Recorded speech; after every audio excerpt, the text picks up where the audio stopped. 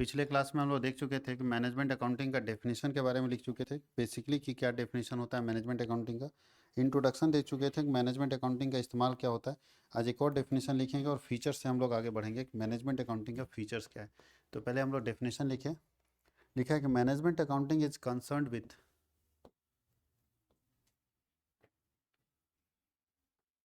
Management accounting is concerned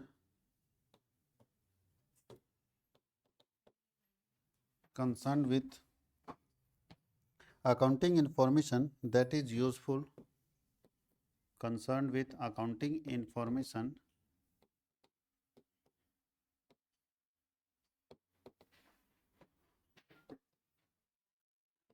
that is useful to the management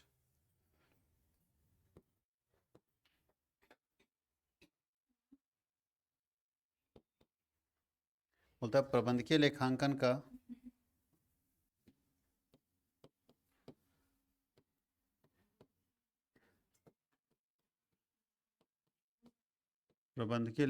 का संबंध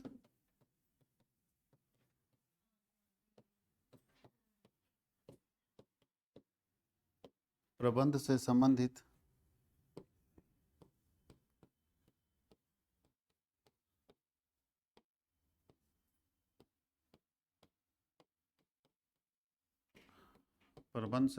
निर्णय लेने से है। कोई दिक्कत है?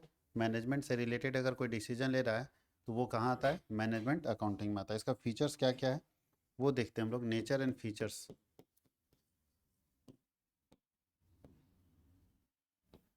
Nature and features of management accounting.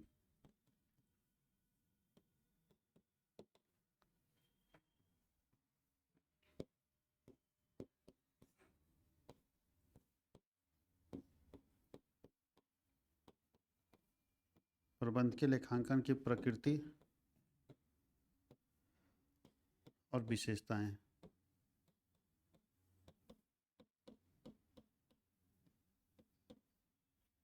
सबसे पहला कौन सा फीचर्स है? सबसे फर्स्ट फीचर्स है मैनेजमेंट अकाउंटिंग का technique of selective nature.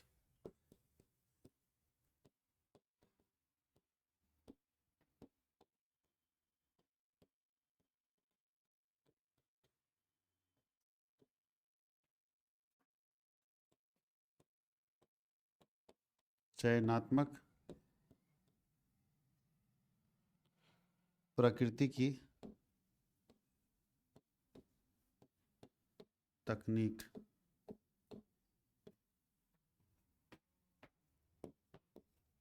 Number 2, concerned with future.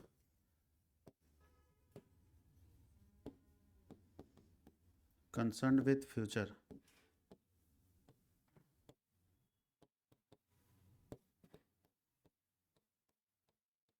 भविष्य से संबंधित।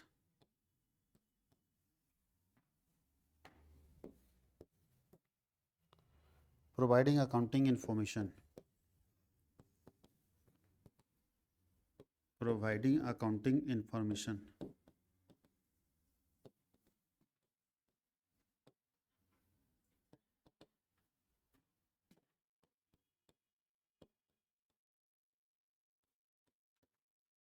लेखांकन सूचना प्रदान करना।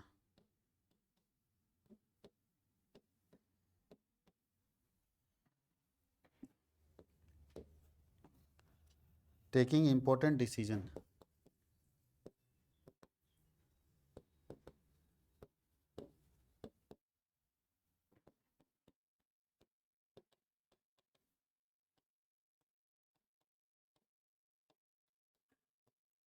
महत्वपूर्ण निर्णय लेना।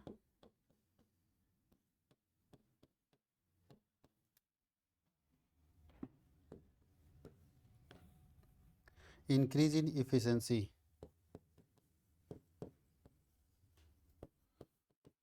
Increase in efficiency.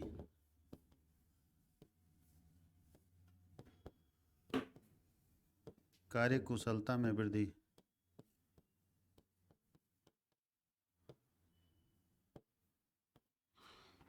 और 6 नंबर है point, no specific rule followed. No specific rules followed.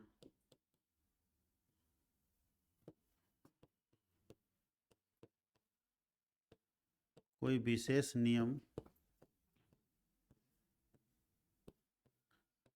नहीं। ये सारे इसके फीचर्स और नेचर्स हैं, एक एक करके डिस्कस कर लेते हैं। अभी बहुत सारी चीज़ें, लेकिन हम लोग इतना ही देख लें। क्या क्या लिखा है कि मैनेजमेंट अकाउंटिंग एक ऐसा अकाउंटिंग है जहाँ पे ये सारे चीज़ देख दिए जाते हैं। सबसे पहले बोलता है मैनेजमेंट अकाउंटिंग एक ऐसा अकाउंटिंग है जो एक ऐसा टेक्निक है जो सेलेक्टिव नेचर है। सेलेक्टिव नेचर मतलब यहाँ पे को चुनना पड़ेगा क्या करना है क्या नहीं करना, आपको चुनना पड़ेगा, क्योंकि इसके लिए कोई विशेष रूल नहीं। देखिए लिखा है स्पेसिफिक रूल्स एंड रेगुलेशंस। जैसे अगर हम फाइनेंशियल अकाउंटिंग करते हो तो उसके लिए स्पेसिफिक रूल्स एंड रेगुलेशंस हैं। कहाँ पे लिखा हुआ है फाइनेंशियल अकाउंटिंग में रूल्स एंड रेगुलेशन? तो जो फाइनेंशियल अकाउंटिंग में रूल्स रेगुलेशन लिखा हुआ उसको अकाउंटिंग स्टैंडर्ड बोलते थे। अकाउंटिंग स्टैंडर्ड में स्पेशल रूल लिखा हुआ है एक जगह पे कि ये नियम है और इसी को मानना पड़ेगा। लेकिन मैनेजमेंट अकाउंटिंग के लिए कोई रूल्स रेगुलेशन नहीं है। कॉस्ट अकाउंटिंग के लिए भी है, कहाँ पे लिखा हुआ है? तो कॉस्ट अकाउंटिंग का अपना स्टैंडर्ड है, आप लोग पढ़े होंगे कॉस्ट अकाउंटिंग स्टैंडर्ड। तो कॉस्ट अकाउंटिंग का अपना स्टैंडर्ड है जहाँ पे कॉस्ट अकाउंटिंग के रूल्स रेगुलेशन लिखे हुए हैं। फाइनेंशियल अकाउंटिंग का अपना स्टैंडर्ड है जहाँ पे फाइनेंशियल अकाउंटिंग का रूल्स रेगुलेशन लिखा हुआ है। लेकिन मैनेजमेंट अकाउंटिंग का कोई रूल्स रेगुलेशन नहीं है। इसलिए नहीं है क्योंकि मैनेजमेंट अकाउंटिंग करना कंपलसरी नहीं है। आप चाहो तो अपने बिजनेस में मैनेजमेंट अकाउंटिंग कर भी सकते हो और नहीं चाहो तो नहीं कर सकते हो। लेकिन हर बिजनेसमैन को फाइनेंशियल अकाउंटिंग करना ही पड़ेगा। फाइनेंशियल अकाउंटिंग रखना हर बिजनेसमैन के लिए कंपलसरी है। कॉस्ट अकाउंटिंग भी कंपलसरी नहीं है। हाँ, कुछ बिजनेस के लिए कॉस्ट अकाउंटिंग कंपलसरी है, ठीक से समझिएगा। अकाउंटिंग के 3 branch, cost accounting, financial accounting and management accounting. Her businessman को फाइनेंशियल अकाउंटिंग रखना ही पड़ेगा, कंपलसरी है। उसको फाइनेंशियल अकाउंटिंग करना ही पड़ेगा। कॉस्ट अकाउंटिंग तो बोलता है जो छोटे बिजनेस में उसको छोड़ दी सरकार। जो बड़े मैन्युफैक्चरर हैं, जो बड़े सामान बनाने वाले हैं, उनके लिए कंपलसरी है कि बड़े जो मैन्युफैक्चरर हैं वो कॉस्ट अकाउंटिंग रखना पड़ेगा। लेकिन मैनेजमेंट अकाउंटिंग तो किसी के लिए सरकार कंपलसरी नहीं की है, बोलती है कि कोई ज़रूरत इसका नहीं है। अगर आपको लगता है कि रखिए, नहीं लगता मत रखिए। इसलिए इसको बोला जाता है कि नो स्पेसिफिक रूल्स। जब सरकार खुद बोल रही है कि हमारे लिए ज़रूरी नहीं है, आप रखना चाहो रखो, नहीं रखना है तो मत रखो। तो जब सरकार कंपलसरी नहीं की है तो रूल्स नहीं बनाइए। लेकिन जिस दिन ये भारत की कंपनियों के ऊपर लागू हो जाएगा कि हर कंपनी को मैनेजमेंट अकाउंटिंग रखना होगा, सरकार रूल्स बना देगी तुरंत कि हमारे यहाँ जब लागू करना है तो नियम बनाना पड़ेगा ना, कोई कानून लागू कर दीजिएगा। जैसे बोल रहा है कि ट्रैफिक रूल्स है, हर व्यक्ति को हेलमेट पहनना पड़ेगा, तो ऐसे बोलने से कोई नहीं पहनेगा, उसके लिए आपको कानून बनाना पड़ेगा, नियम बनाना पड़ेगा। तो सरकार कानून बना के लेकर आई कि जो हेलमेट नहीं पहनेगा उसको फाइन लेंगे हम। अगर कानून नहीं रहेगा और बिना कानून का किसी को बोलिएगा तो कोई नहीं सुनने वाला आपकी बात। वो आप ही को कानून सिखा के चल जाएगा कि कोई नियम है, नहीं पहनेगा तो क्या कर लीजिएगा, बताइए। तो आपके पास क्या ऑप्शन है? लेकिन जब सरकार कानून बना दी कि अगर नहीं पहनोगे तो इतना फाइन लगेगा, तो फिर आपसे फाइन लगेगा, तो फिर लोग पहनना शुरू कर देता है। तो इसीलिए रूल्स तब बनेगा जब सरकार मैनेजमेंट अकाउंटिंग हर बिजनेसमैन को कंपलसरी कर देगी। लेकिन अभी कोई कंपलसरी नहीं, तुमको रखना भैया रखो, अपने फ्यूचर के लिए रखता है कि मेरे बिजनेस में चाहिए तो रखो, नहीं रखता है नहीं रखो। सरकार कंपलसरी नहीं की है, एक बिजनेसमैन के ऊपर डिपेंड करता है। इसलिए मैनेजमेंट अकाउंटिंग ज़्यादा फेमस नहीं है। ये ज़्यादा फेमस अकाउंटिंग नहीं है क्योंकि सब बिजनेसमैन रखता नहीं ना है। जिसको लगता है कि हमको डेवलपमेंट के बारे में सोचना चाहिए, हमको अपने ग्रोथ के बारे में सोचना चाहिए, वो मैनेजमेंट अकाउंटिंग करता है। और जिसको लगता है नहीं सोचने की जरूरत है वो नहीं लगाता है। तो छोटे बिजनेसमैन तो इसको लगाता ही नहीं है। ये जो भी लगाता है तो बड़ा बिजनेस में लगाता है, इसीलिए ये ज़्यादा फेमस अकाउंटिंग नहीं है। फाइनेंशियल अकाउंटिंग ज़्यादा फेमस है, वहाँ आप कैश बुक बनाते हैं सब फेमस है। इसका जो भी बनाते हैं कोई फेमस नहीं है क्योंकि बहुत कम बिजनेस बनाता है। तो पहले लिखे कि ये सेलेक्टिव नेचर, यहाँ पे कुछ हम लोग लेंगे कुछ को नहीं लेंगे। कंसर्न विथ फ्यूचर, ये अभी के लिए नहीं बनाया जाता है, ये बनाया जाता है फ्यूचर से रिलेटेड कि ठीक है आज मेरा बिजनेस बहुत अच्छे से ग्रोथ कर रहा है, अगर ऐसा ही ग्रोथ चलता रहा तो आने वाले 10 सालों में मेरा बिजनेस किस पोजीशन में जाएगा, हमारा स्ट्रेंथ कैसा रहेगा, हमारे पास कैपेबिलिटी क्या रहेगी। हम आज अगर कर्ज ले लेते हैं 10 करोड़ रुपए का, तो इन फ्यूचर हम उस 10 करोड़ का कर्ज चुका पाएंगे कि नहीं चुका पाएंगे। मतलब अपने भविष्य को जानने का काम किसके अंदर है? मैनेजमेंट अकाउंटिंग का। हर व्यक्ति चाहता है कि मेरा अभी बहुत अच्छा चल रहा है लेकिन आने वाले समय में मेरा अच्छा हो, उसके लिए हमको मैनेजमेंट अकाउंटिंग करना पड़ेगा कि फ्यूचर मेरा क्या है। आगे क्या लिखा है? Providing accounting information. बहुत सारा अकाउंटिंग इन्फॉर्मेशन आपको मैनेजमेंट अकाउंटिंग से भी मिल जाएगा, जहाँ पे अगर अकाउंटिंग इन्फॉर्मेशन आपको मिल रहा है तो वो आपको सपोर्ट करेगा किस में? डिसीजन मेकिंग में। मैनेजमेंट अकाउंटिंग करते ही हम लोग इसलिए कि ताकि हम लोगों को सपोर्ट मिल सके डिसीजन मेकिंग में, सपोर्ट मिल सके, जहाँ हम लोग क्या कर सके? डिसीजन मेकिंग कर सके। तो बोलता है कि मैनेजमेंट अकाउंटिंग आपको डिसीजन मेकिंग में भी सपोर्ट करता है। Increase efficiency, increase in efficiency का मतलब है हर व्यक्ति के काम करने की कुशलता बढ़ जाएगी अगर आप मैनेजमेंट अकाउंटिंग लगाओगे तो। मैनेजमेंट अकाउंटिंग में जानते हैं क्या करते हैं हम, हर वर्कर के इफिशिएंसी को मेजर करते हैं कि इसका काम करने का स्पीड क्या है, कि कितना परफॉर्म कर पा रहा है। तो जब हर व्यक्ति के परफॉर्मेंस को चेक करेंगे और उसको हम पता कर लेंगे कि कौन व्यक्ति अच्छा है, तो बताइए जो व्यक्ति अच्छा है वो तो अच्छा होगा ही, और जो खराब है उसके बारे में भी पता चल गया कि रेटिंग में आपका 7 आया, किसी का 10 है और आपका 7 आया, तो आप क्या कीजिएगा अगले दिन? जब सब लोगों का 10 है और आपका कम आया है तो आप क्या कीजिएगा? अपनी इफिशियंसी बढ़ाइएगा कि नहीं बढ़ाइएगा? तो इसलिए मैनेजमेंट अकाउंटिंग किया जाता है। स्कूल में आपको मार्कशीट मिलता है ना, जो मार्कशीट मिला ना उसके बाद जो एनालिसिस होता है वो मैनेजमेंट अकाउंटिंग का पार्ट है। अगर आप मार्कशीट देखने के बाद देख रहे हैं कि मेरा फिजिक्स में बहुत अच्छा मार्क्स है, केमिस्ट्री में बहुत अच्छा मार्क्स है, मैथ्स में बहुत अच्छा मार्क्स है, इंग्लिश थोड़ा सा वीक है और कंप्यूटर साइंस खराब है, तो आप क्या करेंगे? आपकी इफिशियंसी किस में बढ़ेगी? वो दोनों को काम करने का मन करेगा। और जिसमें ज़्यादा है उसमें मन करेगा कि थोड़ा सा और 5 नंबर बढ़ा दे। तो ये इफिशियंसी बढ़ जाती है जब आपके यहाँ मैनेजमेंट अकाउंटिंग होगा। आपके सारे वर्कर अच्छे से काम करना शुरू कर देंगे, आपके सारे वर्कर की इफिशियंसी क्या होगी? बढ़ जाएगी। तो ये है मैनेजमेंट अकाउंटिंग का नेचर कि क्या है, या फीचर्स बोल दीजिए, एक ही बात है कि मैनेजमेंट अकाउंटिंग का क्या फीचर्स है। अब हम लोग देखेंगे स्कोप ऑफ मैनेजमेंट अकाउंटिंग, कहाँ कहाँ मैनेजमेंट अकाउंटिंग इस्तेमाल हो सकता है। स्कोप क्या क्या है मैनेजमेंट अकाउंटिंग का, मैनेजमेंट अकाउंटिंग का इस्तेमाल कहाँ कहाँ हो सकता है।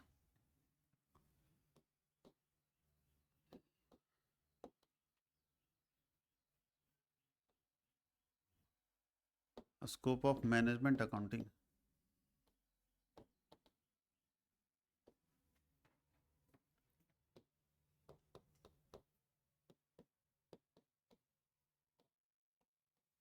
प्रबंधकीय लेखांकन का क्षेत्र।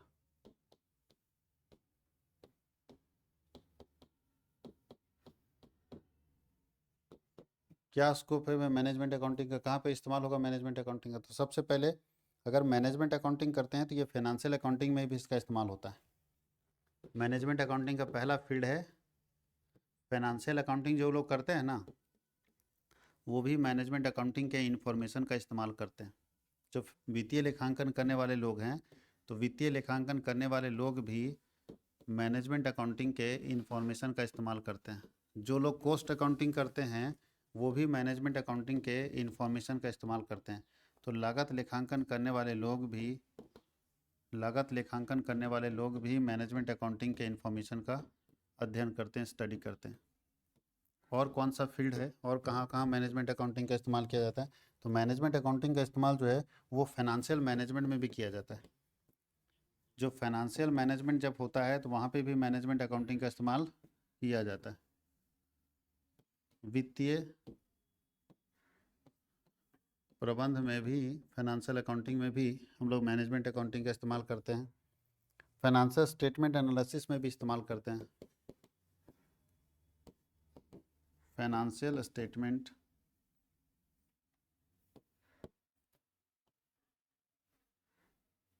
एनालिसिस में भी, ठीक है, इसका इस्तेमाल होता है।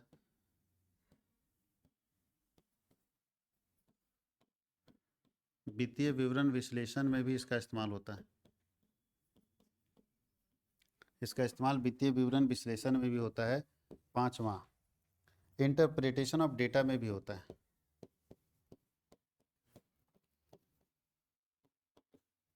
इंटरप्रिटेशन ऑफ डेटा में भी इसका इस्तेमाल होता है।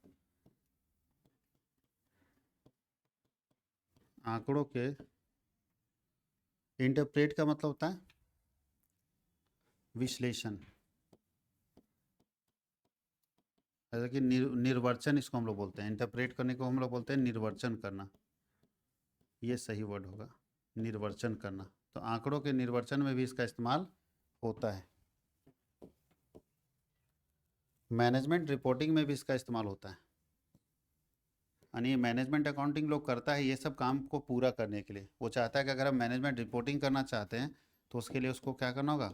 मैनेजमेंट अकाउंटिंग करना होगा। प्रबंध रिपोर्टिंग में मतलब आप मैनेजमेंट का रिपोर्ट तैयार करना चाहते हैं तो उसके लिए भी आपको मैनेजमेंट अकाउंटिंग करना पड़ेगा, तभी आप रिपोर्ट तैयार कर पाएंगे।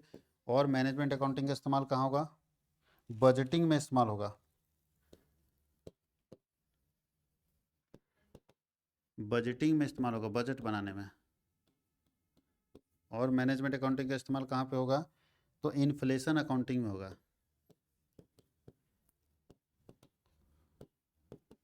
इन्फ्लेशन अकाउंटिंग में भी इसका इस्तेमाल होगा। मुद्रास्फीति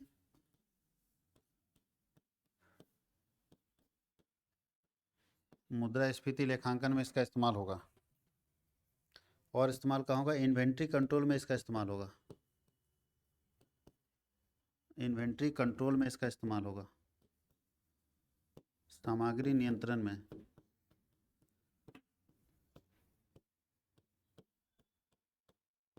सामग्री नियंत्रण में इसका इस्तेमाल होगा। मतलब ये मैनेजमेंट अकाउंटिंग क्यों निकाला जाता है, क्यों इतना पढ़ने की जरूरत है, क्यों लोग एमबीए करता है जी? एमबीए करने के पीछे क्या काम है? कहाँ कहाँ इसका इस्तेमाल होता है? तो टैक्स अकाउंटिंग में भी इसका इस्तेमाल होता है। मैनेजमेंट अकाउंटिंग का इस्तेमाल कहाँ होता है? कर लेखांकन में भी इसका इस्तेमाल होता है। यानी इतने जगह पे मैनेजमेंट अकाउंटिंग का यूज़ है, इसलिए तो मैनेजमेंट अकाउंटिंग पढ़ाया जाता है। यानी एक मैनेजमेंट अकाउंटिंग सीखा हुआ बंदा इतने जगह पे काम कर सकता है। ईटीसी कर दीजिए। इतने सारे फील्ड है जहाँ पे वो अपना अकाउंटिंग यूज कर सकता है, इतने सारे फील्ड में वो काम कर सकता है। कौन कौन सा फील्ड है? तो अगर आप मैनेजमेंट अकाउंटिंग सीखे हैं तो आप इतने सारे फील्ड में आप उसका यूज कर सकते हैं। ऐसे भी बहुत सारे और भी फील्ड हैं। टैक्स अकाउंटिंग में भी मैनेजमेंट अकाउंटिंग का इस्तेमाल होता है। इन्वेंट्री कंट्रोल में भी मैनेजमेंट अकाउंटिंग का इस्तेमाल हो। सब पढ़ चुके हैं आप? इनकम टैक्स पढ़ चुके हैं? इन्वेंट्री कंट्रोल, डिफो फिफो इफो, वहाँ भी मैनेजमेंट अकाउंटिंग का इस्तेमाल होता है। मैनेजमेंट अकाउंटिंग ये तय करता है ना कि कौन सा मेथड लगाना चाहिए, लिफो मेथड, हिफो मेथड, ये तय करने का काम किसका है? मैनेजमेंट अकाउंटिंग का। तो अगर मैनेजमेंट अकाउंटिंग नहीं होगा तो पता कैसे चलेगा कि यहाँ पे लिफो मेथड लगाना है कि फिफो मेथड लगाना है? इन्फ्लेशन, महंगाई को अगर आप देख रहे हैं, महंगाई को अगर कंट्रोल करने का अकाउंटिंग हो रहा है, वहाँ भी बजट बनाने में इसका इस्तेमाल होता है। मैनेजमेंट का रिपोर्टिंग करने में इसका इस्तेमाल होता है। डेटा को एनालिसिस करने में, इंटरप्रेट करने में होता है। फिनांशियल स्टेटमेंट को एनालाइज करने में होता है। फिनांशियल मैनेजमेंट करने में होता है। कॉस्ट अकाउंटिंग और फिनांशियल अकाउंटिंग में भी मैनेजमेंट अकाउंटिंग का इस्तेमाल होता है। यानी मैनेजमेंट अकाउंटिंग पढ़ने से ये सारे फील्ड हैं जहाँ पे आप अपना इस्तेमाल कर सकते हैं।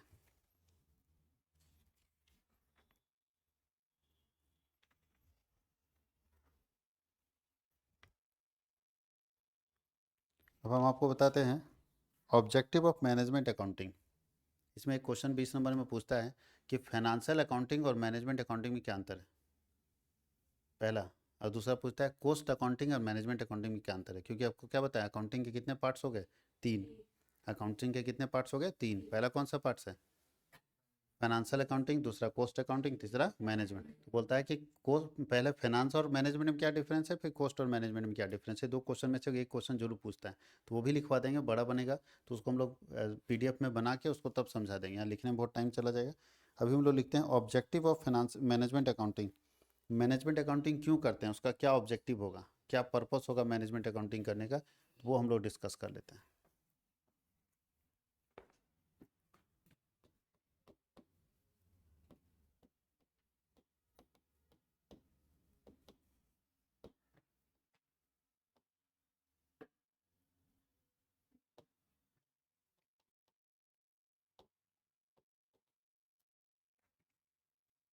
प्रबंधकीय लेखांकन के उद्देश्य।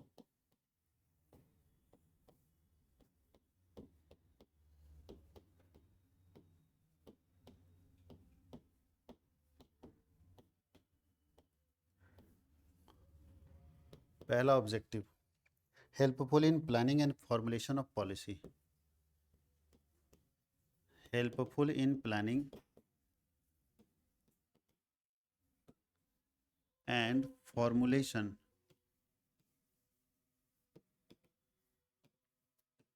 Of policies. बोलता है नीतियों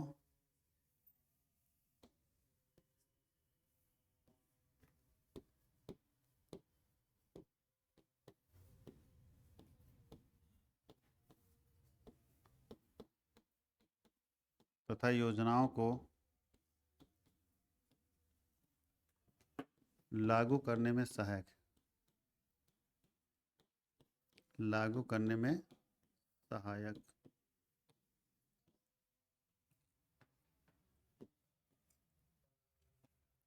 number 2, helpful in organising.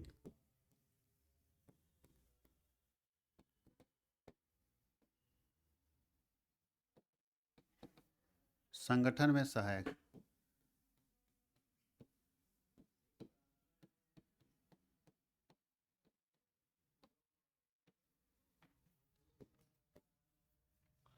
Helpful in interpreting financial information, helpful in interpreting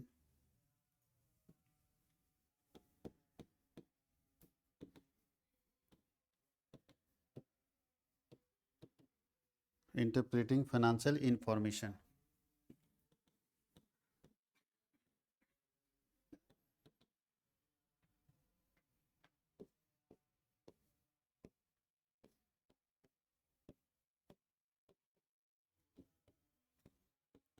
वित्तीय सूचनाओं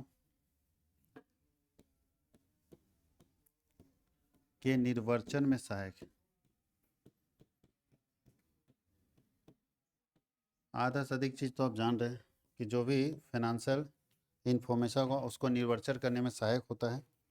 आगे लिखा है कि मोटिवेटिंग एम्प्लॉय, अगर आप मैनेजमेंट अकाउंटिंग करेंगे तो आपका एम्प्लॉय जो है मोटिवेट हो गया, मोटिवेटिंग एम्प्लॉय,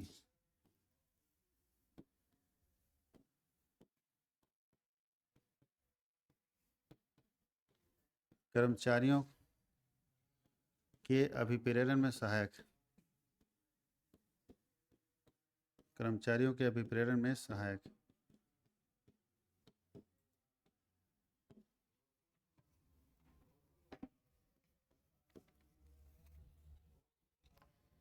उसके बाद हेल्पफुल इन कोऑर्डिनेशन,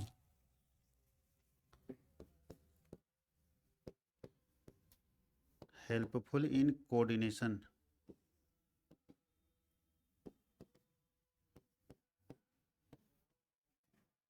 समन्वय में सहायक,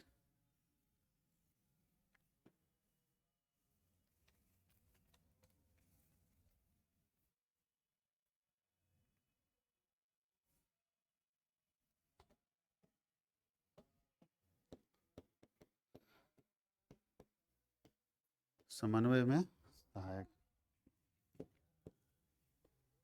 6 नंबर की बात करते हैं हम लोग, helpful in controlling performance, helpful in controlling performance,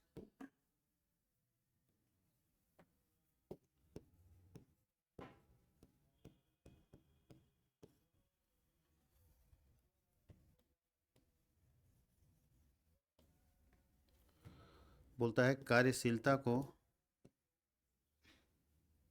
कार्यकुशलता को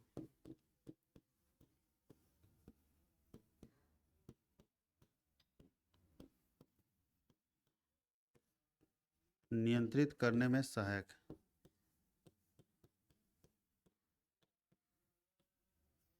कार्यकुशलता को नियंत्रित करने में सहायक, इसमें भी मददगार होता है। हेल्प्स इन डिसीजन मेकिंग,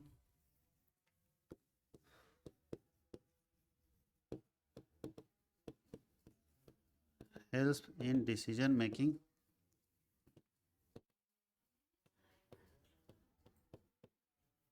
निर्णय लेने में सहायक,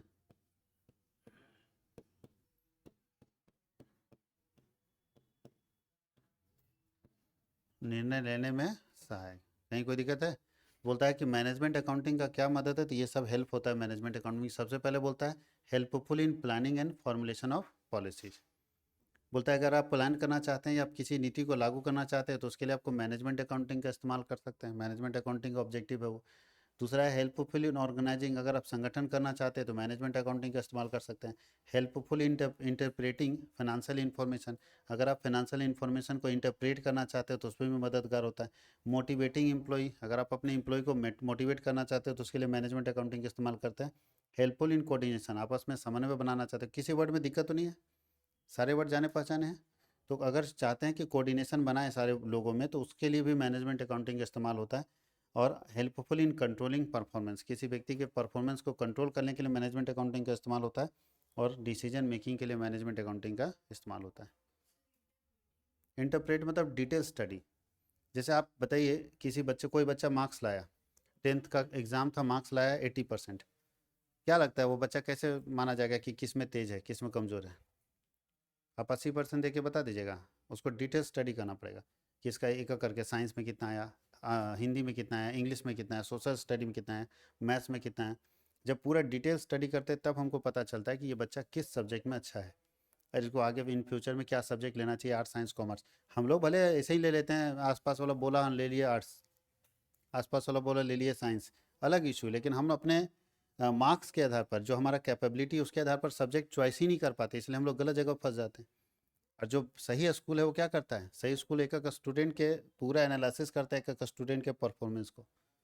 आप बड़े स्कूल में पढ़ेगा, अगर 10,000 फी ले रहा है ना पर मंथ का, तो आपके बच्चे के बारे में सही जानकारी और A to Z जानकारी दे देगा कि आपका बच्चा पढ़ने में कैसा है, किस फील्ड में इसको इंटरेस्ट है, क्या चीज़ें, पूरा एनालिसिस करता है। वहाँ जो क्लास टीचर होता है ना, वो साल में एक बार होता है ना पेरेंट्स टीचर मीटिंग, तो जो PTM होता है पेरेंट्स टीचर मीटिंग, उसमें टीचर जो है आपके बच्चे के बारे में सब कुछ बता देंगे और सही चीज़ बताएंगे, क्योंकि वो साल भर वो टीचर आपके बच्चे को एनालिसिस किया है, डिटेल स्टडी किया है। वो बोलता है कि बच्चा बदमाश तो है लेकिन इसका दिमाग बहुत शार्प है। बच्चा बदमाश है, इसमें कहीं कोई डाउट नहीं है, बच्चा आपका शैतानी करता है लेकिन उस तरह का बदमाश नहीं है। इसका दिमाग जो है ना सही काम करता है। जैसे 3 इडियट्स में आप देखे होंगे, बदमाश तो था, कभी फ्रिज खोल के छोड़ दिया, बदमाश है ना जी, फ्रिज खोल के छोड़ दिया है, कभी आलतू फालतू सवाल पूछ देता है टीचर से, कभी मशीन का परिभाषा कैसे दे देता है, नहीं, कभी अपना दोस्त का नाम लिख के बोर्ड पर पूछ देता है टीचर को क्या लिखा हो बताइए इसका मीनिंग। तो ये क्या है, बदमाश है, लेकिन क्या इस तरह का बदमाश है? नहीं, इसका दिमाग क्रिएटिव है। वो टीचर बता देंगे कि बच्चा बदमाशी करता है लेकिन क्रिएटिव माइंड है इसका, ये आगे चल के कुछ नया करेगा, कुछ अच्छा करेगा। तो वो उसको उस फील्ड के इंटरेस्ट में घुसाया जाता है। फिर स्कूल बोलता है ठीक है, अगर इसको इसमें इंटरेस्ट है तो इसको इसी में डालो, रिसर्च एंड डेवलपमेंट में। इसका मतलब ये जानना चाहता है, ये सॉल्यूशन फाइंड करना चाहता है। बहुत सारे लोग ऐसे होते हैं जो हर जगह पे जानना चाहता है कि आखिर ऐसा क्यों हो रहा है।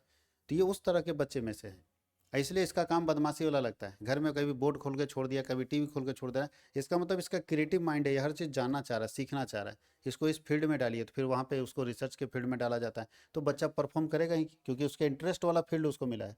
हम लोग क्या करते हैं अपने बच्चे के साथ, जब हम इंटरप्रेट नहीं कर रहे हैं उसके इन्फॉर्मेशन को, तो हम क्या कर रहे हैं, बच्चा भी इंटरेस्ट कुछ चिपका रहे हैं कुछ। जैसे 3 इडियट्स में उसका दो दोस्तों के साथ हुआ, इंटरेस्ट है कुछ और चिपका दे रहे हैं कुछ, वो मज़ा से काम नहीं कर पाएगा क्योंकि आप इंटरप्रेट नहीं कर रहे उसके इन्फॉर्मेशन को।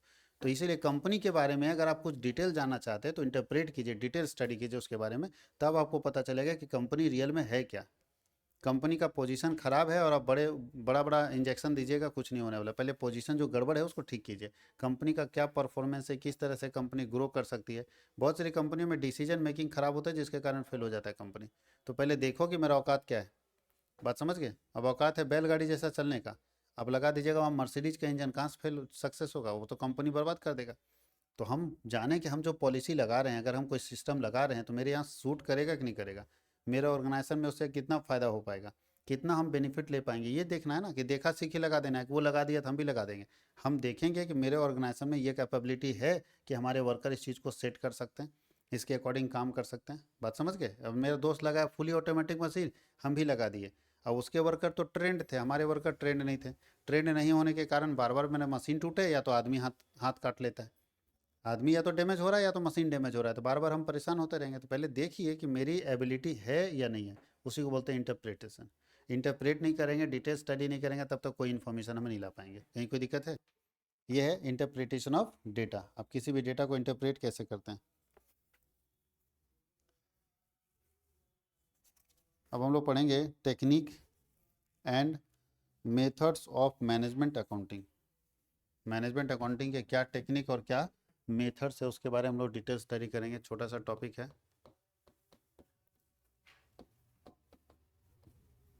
टेक्निक्स और methods of management accounting.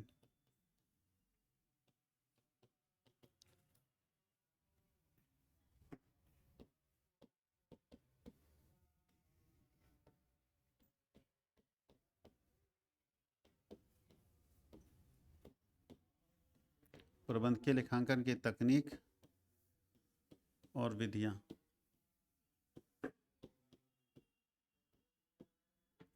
Number 1, कौन कौन से टेक्निक्स है, क्या करके लिखते चले जाते हैं। सबसे पहले बोलता है फाइनेंशियल प्लानिंग। अगर मैनेजमेंट अकाउंटिंग करोगे तो फाइनेंशियल प्लानिंग कर पाओगे।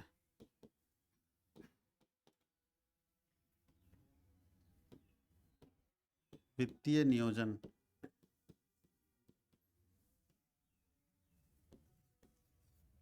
दूसरा बोलता है analysis of financial statement, analysis of financial statement.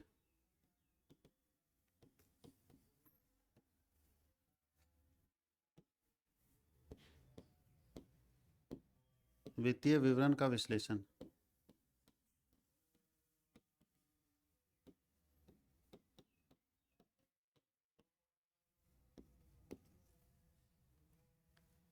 Third है हिस्टोरिकल कॉस्ट अकाउंटिंग,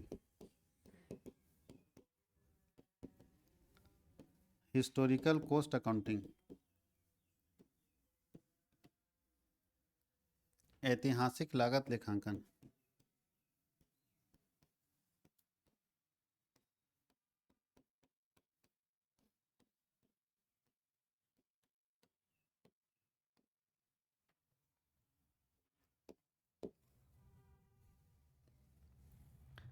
उसके बाद मार्जिनल कॉस्टिंग,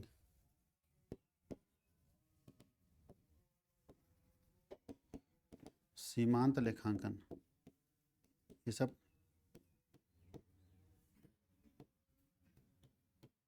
सीमांत लागत लेखांकन।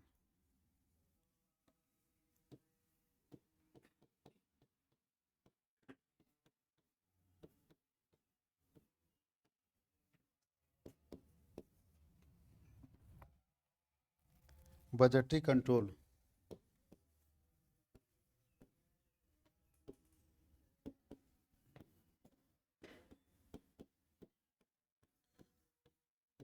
बजटरी नियंत्रण।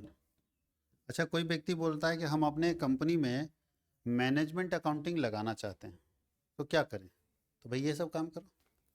मेथड का मतलब क्या हुआ, कैसे मैनेजमेंट अकाउंटिंग लगाएंगे, क्या करेंगे मैनेजमेंट अकाउंटिंग लगाने के लिए? चलिए, हम भी को भी लग रहा है कि मैनेजमेंट अकाउंटिंग लगाने से फ़ायदा है, तो क्या करेंगे, कैसे कैसे लगाएंगे? तो ये सब तरीका है। विधि का मतलब क्या होता है, ये सब ना मेथड है। ये सब आप लगाएंगे तो मैनेजमेंट अकाउंटिंग आपके यहाँ होगा। आपको स्टैंडर्ड कॉस्टिंग करना होगा, स्टैंडर्ड कॉस्टिंग लागू कीजिए अपने यहाँ। ये सब टेक्निक है, अभी आपको कुछ नहीं समझ में आएगा। अब स्टैंडर्ड कॉस्टिंग एक तरीका है कॉस्टिंग करने का, ये पढ़ेंगे तब ना समझ में आएगा कि इसमें क्या होता है। तो सिर्फ ये टेक्निक है कि ये सारे टूल्स लगा सकते हैं, ये सब काम करके आप अपने यहाँ मैनेजमेंट अकाउंटिंग कर सकते हैं। तो ये औजार है, चैप्टर्स है, यही सब चैप्टर आपको पढ़ना है। बात समझ गए? आने वाले समय में मैनेजमेंट अकाउंटिंग में स्टैंडर्ड कॉस्टिंग, बजटरी कंट्रोल, ये सब चैप्टर्स हैं। Marginal costing, historical cost accounting, ये सब चैप्टर हैं जो आपको पढ़ना होगा। ये सब टेक्निक है, टूल्स है, औजार है, जिसको लगा के आप अपने यहाँ मैनेजमेंट अकाउंटिंग अप्लाई कर सकते हैं। कहीं कोई दिक्कत है? तो स्टैंडर्ड कॉस्टिंग, मानक लेखांकन या मानक लागत लेखांकन, आप लोग आगे पढ़ेंगे ये चीज़, आपके सिलेबस में होगा, डिटेल में पढ़ना होगा स्टैंडर्ड कॉस्टिंग वगैरह, जहाँ पे आप अप्लाई कर सकते हैं। उसके बाद डिसीजन अकाउंटिंग, एक से एक अकाउंटिंग है, देख लीजिए। डिसीजन अकाउंटिंग, निर्णय लेखांकन, एक अलग अकाउंटिंग का ब्रांच है। निर्णय लेखांकन, आप यहाँ पे डिसीजन अकाउंटिंग पढ़ेंगे कि डिसीजन मेकिंग कैसे करेंगे डिसीजन अकाउंटिंग के अंदर। उसके बाद आप फंड फ्लो स्टेटमेंट पढ़ते हैं। फंड फ्लो स्टेटमेंट एक तरीका है।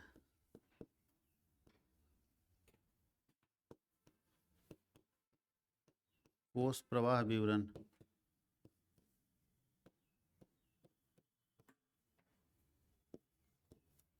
उसके बाद है रिवोल्यूशन अकाउंटिंग, रिवैल्यूएशन अकाउंटिंग।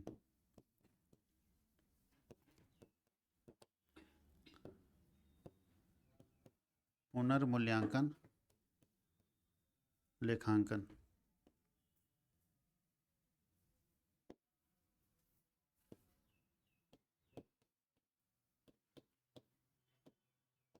इसके अलावा आता है cash flow accounting, accounting ratio, बहुत सारी चीज़ आप पढ़ते हैं। ब्रेक इवन पॉइंट एनालिसिस, बहुत सारा टेक्निक है, बहुत सारा टूल्स टेक्निक है जिसका इस्तेमाल आप करते हैं मैनेजमेंट अकाउंटिंग करने के लिए। दो तीन और है, लिख ही देते हैं, ज़्यादा ज़रूरत पड़ता है आप लोगों को। इसके बाद क्या क्या बताए, ईटीसी छोड़ दीजिए, यहाँ पे दो तीन और लिख ही देते हैं। 9 नंबर था ना, 10 number cash flow statement, cash flow तो कैश फ्लो स्टेटमेंट एक टेक्निक है जिसको हम लोग बोलते हैं रोकड़ प्रवाह विवरण। रोकड़ प्रवाह विवरण एक तकनीक है। 11 नंबर, अकाउंटिंग रेशियो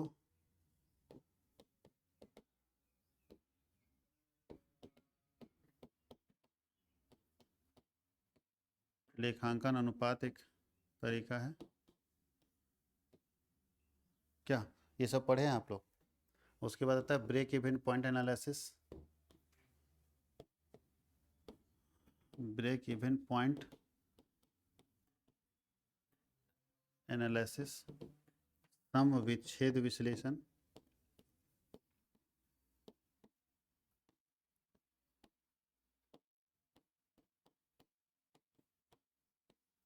ये सारे तरीके हैं, ETC कर दीजिए। ये सारे तरीके हैं जिसके ज़रिए आप अपना मैनेजमेंट अकाउंटिंग कर सकते हैं। ये सारे तरीके हैं जिसका इस्तेमाल करके आप अपना मैनेजमेंट अकाउंटिंग कर सकते हैं। कोई दिक्कत है? इसको मेथड्स बोलते हैं कि ये सारा बहुत सारा मेथड्स है, बहुत सारा चीज़ आपको पढ़ना है मैनेजमेंट अकाउंटिंग करने के लिए। इसके आगे हम लोग अगले क्लास में डिस्कस करेंगे।